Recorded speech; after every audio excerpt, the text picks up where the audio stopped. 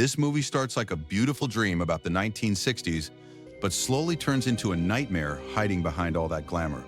The music is beautiful, the clothes are stylish, the streets of London look magical. But the deeper Ellie goes into this world, the more she realizes that the past she admires was never as perfect as she imagined. The story begins with Eloise, who prefers to be called Ellie. She lives with her grandmother, Peggy, and has always been fascinated by the 1960s. She loves the fashion, the music, and the old London lifestyle. She even imagines herself as a famous fashion designer from that era. But Ellie has another unusual connection to the past. When she looks into mirrors, she sometimes sees her dead mother. It feels comforting, but also suggests that Ellie has always had one foot in a world that no longer exists. Then Ellie gets accepted into the London College of Fashion. I'm going to London, I'm going to London, I'm going to London. For her, this is a dream come true. She leaves home and moves to London, expecting to finally live the life she has always imagined. But reality is very different. Ellie struggles to fit in with the other students, especially her confident roommate, Jocasta. So where are you from? Manchester originally. Smoke? No. She feels uncomfortable in the modern world and eventually moves into an old room rented by an elderly woman named Ms. Collins. The room immediately feels special to Ellie. It looks old-fashioned, almost like something from the 1960s. She feels at home there.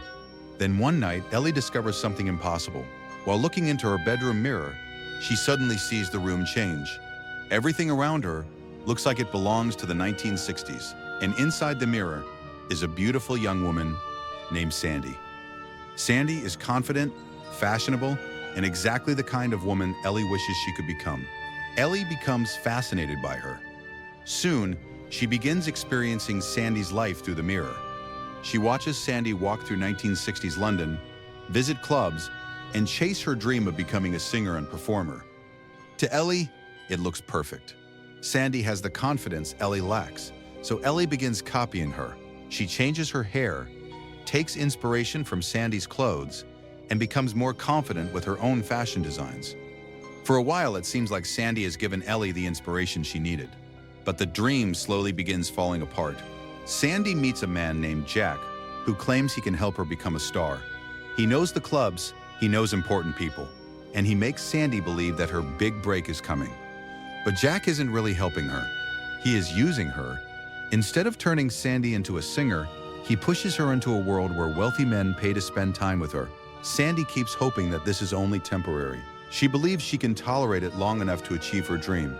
But Ellie begins seeing what Sandie is really going through. Behind the bright lights and glamorous clothes are women being exploited, abused, and treated like objects. The 1960s fantasy Ellie loved suddenly becomes horrifying. And the worst part is that Ellie can't simply wake up and forget it. The more she watches Sandie, the more connected she becomes to her life. She begins seeing the men who surrounded Sandie as dark, faceless figures. They appear in mirrors, hallways, classrooms, and even when Ellie is awake. Soon, Ellie can't tell where Sandie's memories end and her own reality begins. At college, Ellie starts seeing Sandie covered in blood. Her classmates think she is losing her mind. But Ellie is convinced that something terrible happened to Sandie. She believes Jack eventually killed her. And when Ellie begins investigating, she discovers that Sandie really did disappear. Now Ellie has a mystery to solve. What happened to Sandie? Who killed her? And why is her ghost still appearing? Ellie eventually confronts Ms. Collins and asks whether a girl named Sandie once lived in her room. Ms. Collins doesn't give her a straight answer. She simply says that many girls have lived there over the years. But Ellie knows there is something she isn't being told. Ellie becomes increasingly frightened and decides she needs to leave London. John, a young man who has been kind to her, offers to help. But before Ellie leaves, she decides to speak to Ms. Collins one more time. She enters the old woman's flat and notices something strange. Ms. Collins also owns records from the 1960s.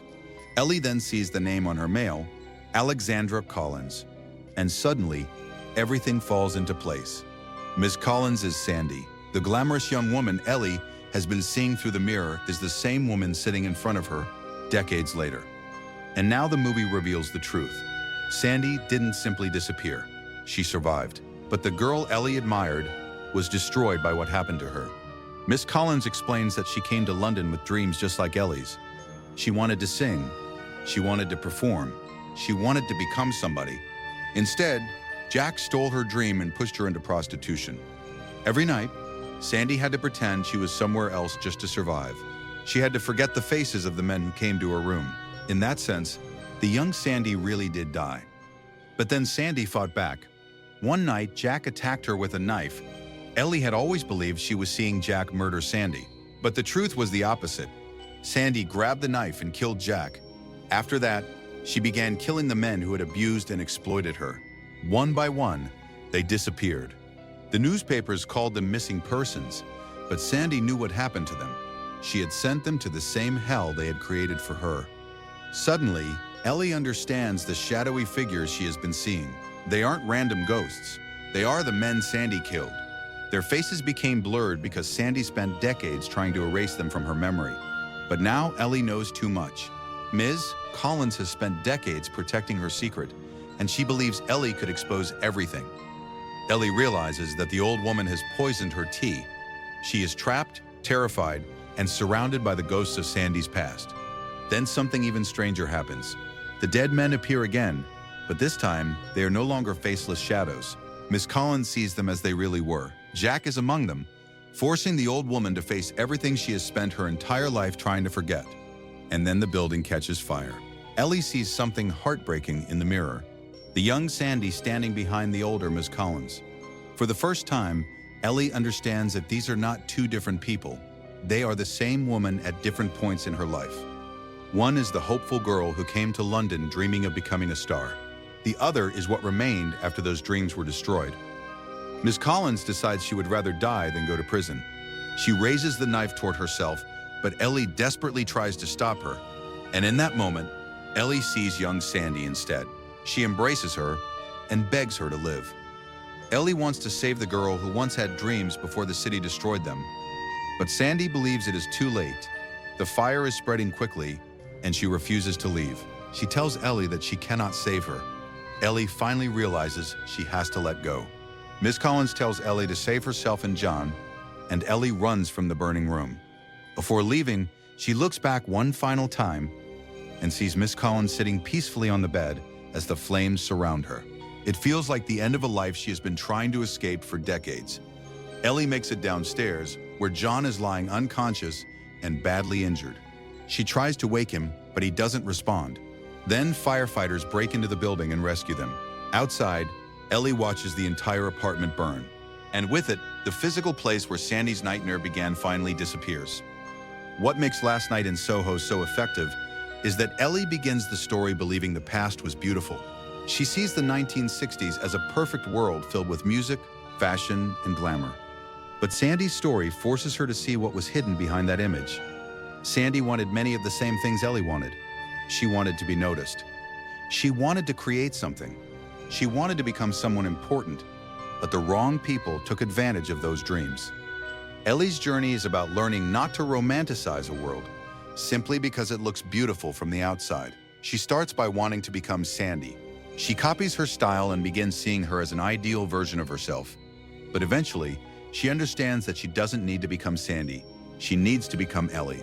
And that is what makes the story more than just a ghost mystery. The ghosts represent memories that Sandie could never completely bury. Her past followed her for decades because trauma doesn't simply disappear when you stop talking about it. Ellie enters the story wanting to see the glamorous past and leaves after discovering its darkest secrets. The movie's biggest warning is simple. Sometimes the past looks beautiful because we only see the surface. Ellie wanted to live inside a 1960s dream until the mirror showed her what that dream really cost.